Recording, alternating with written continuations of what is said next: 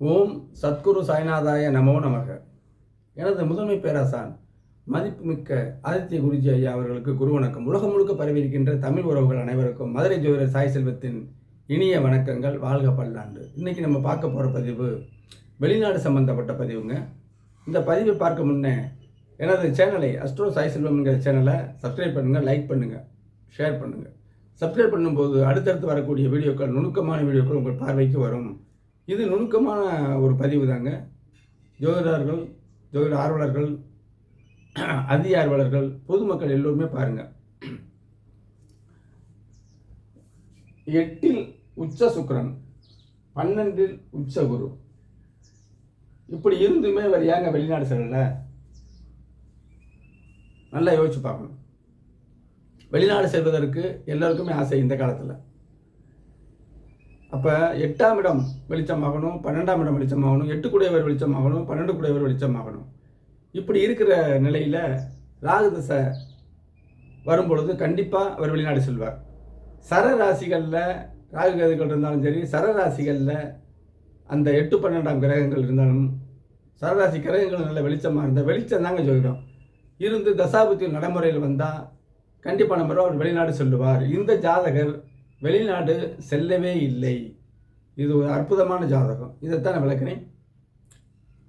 உங்களுக்கு வெளிநாடு செல்லணுமா, வெளிநாட்டில் போய் எவ்வளவு சம்பாதிப்பீங்க, வெளிநாட்டில் எவ்வளவு நாள் இருப்பீங்க அப்படிங்கிற விவரங்கள்லாம் தெரிஞ்சுக்கிறதுக்கு திரையில் தெரியக்கூடிய வாட்ஸ்அப் நம்பருக்கு தொடர்பு கொண்டீங்கன்னா மிக தெளிவாக கிரக விளக்கத்தோடு பயிற்சி சொல்கிறேன். இப்போ வீடியோக்குள்ளே போவாங்க. 8இல் உச்ச சுக்கிரன் இருக்குது ஜாதகத்தில், 12இல் உச்ச குரு இருக்குது.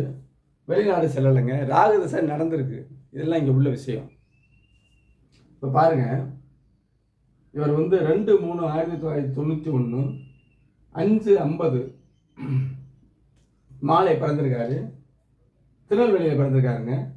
உத்தரம் 4ஆம் பாதத்தில் சூரிய தசை 1 மாதம் 7 நாள் இருக்க பிறந்திருக்காரு. பௌர்ணமி அமைப்புங்க. இந்த ஜாதகருக்கு நேற்று திருமணம் 35 வயசு நடக்கலைங்கிற ஒரு வீடியோவாக இந்த ஜாதகத்தை போட்டேன். இப்பொழுது இவர் வெளிநாடு அமைப்புக்காக இதை போடுறேன். வெளிநாடு செல்லவே இல்லை.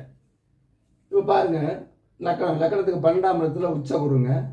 அந்த குருவுக்கு இடம் கொடுத்த கிரகம் டெபாசிட்டர் சந்திரன் பௌர்ணமி தான். பாருங்கள், குரு கேது சேரலாம். அது கேலயோக அமைப்பில் ஒளியை குறைக்க மாட்டார். இப்போ 8ஆம் இடத்துல பார்த்தீங்கன்னா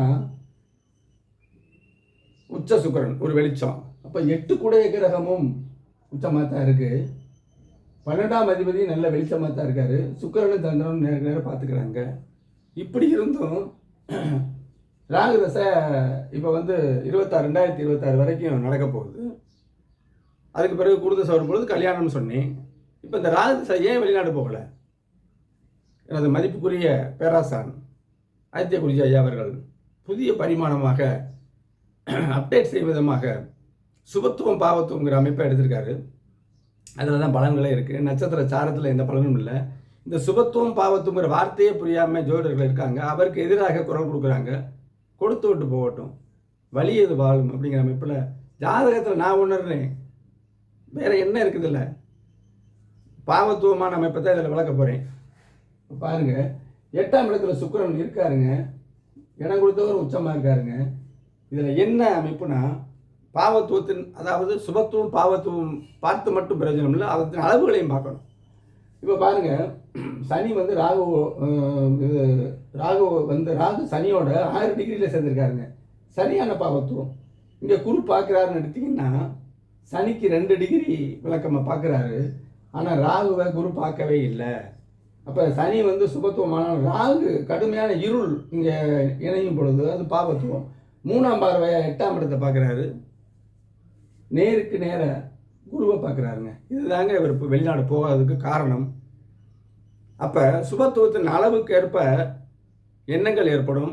அங்கே செல்றதுக்கு உள்ள வாய்ப்பு ஏற்படும். போயிட்டு திரும்புறதுக்கு வாய்ப்புகள் ஏற்படும். படிநிலைகள், சுபத்துவத்தின் படிநிலைகள், பாவத்துவத்தின் படிநிலைகள் போயிட்டு கொஞ்ச காலத்தில் வர்றது இருக்குது. இவர் இதில் நான் வெளிநாடு போக இவருக்கு எண்ணமே இருக்காது அப்படின்னு ஆதித்ய குருஜாயாவுடைய தீமை எடுத்து அற்புதமாக நான் சொல்லும் பொழுது அப்படியே அவர் மெய்சிலிருந்து போகிறாங்க. இவர் வெளிநாடு போகிறதுக்கு எண்ணம் இல்லைன்னாங்க. ஆனாலும் ராகுதச சுக்கிர புத்தியில் திருச்சி வரைக்கும் போயிட்டு திரும்பிட்டார். திருச்சி வரைக்கும் போயிட்டு திரும்பிட்டார். கண் மருத்துவமனையில் ஒரு மேலாளராக இருக்கார். அதுக்கு தனியாகவே வீடியோ போட்டேன். அப்போ மேலோட்டமாக ஜாதகத்தை சாரத்தையெல்லாம் இதில் எந்த சாரத்தை சுக்கிரன் என்ன சாரம், குரு என்ன சாரம், கேது என்ன சாரம், எந்த சாரத்தை பார்க்கவே இல்லை. கிரகம் இருக்கக்கூடிய இடம் இருக்குது பாருங்க, அங்கே உள்ள ஸ்தான பலம், அவங்களோட தொடர்பு கொள்கிற இருள் வெளிச்ச கிரகத்தின் தொடர்புகளை வைத்து தசாபுத்தியில் வைத்து அற்புதமாக பலன் எடுக்கலாம். இந்த ஜாதகருக்கு 8-12 வெளிச்சமாக இருந்தும் ராகு திசை நடந்தும் வெளிநாடே போகல. குரு திசையில் கண்டிப்பாக போவார், மாநிலம் போவார். வெளிநாடு போனால் உடனே திரும்பிடுவார், மாநிலம் போனாலும் இருப்பார். இதாங்க ஜோதிடம் கூடக்கூடிய ரகசிய உண்மை. வேறொரு வீடியோவில் பயனுள்ள வீடியோவில் சந்திப்போம். நன்றி, வணக்கம்.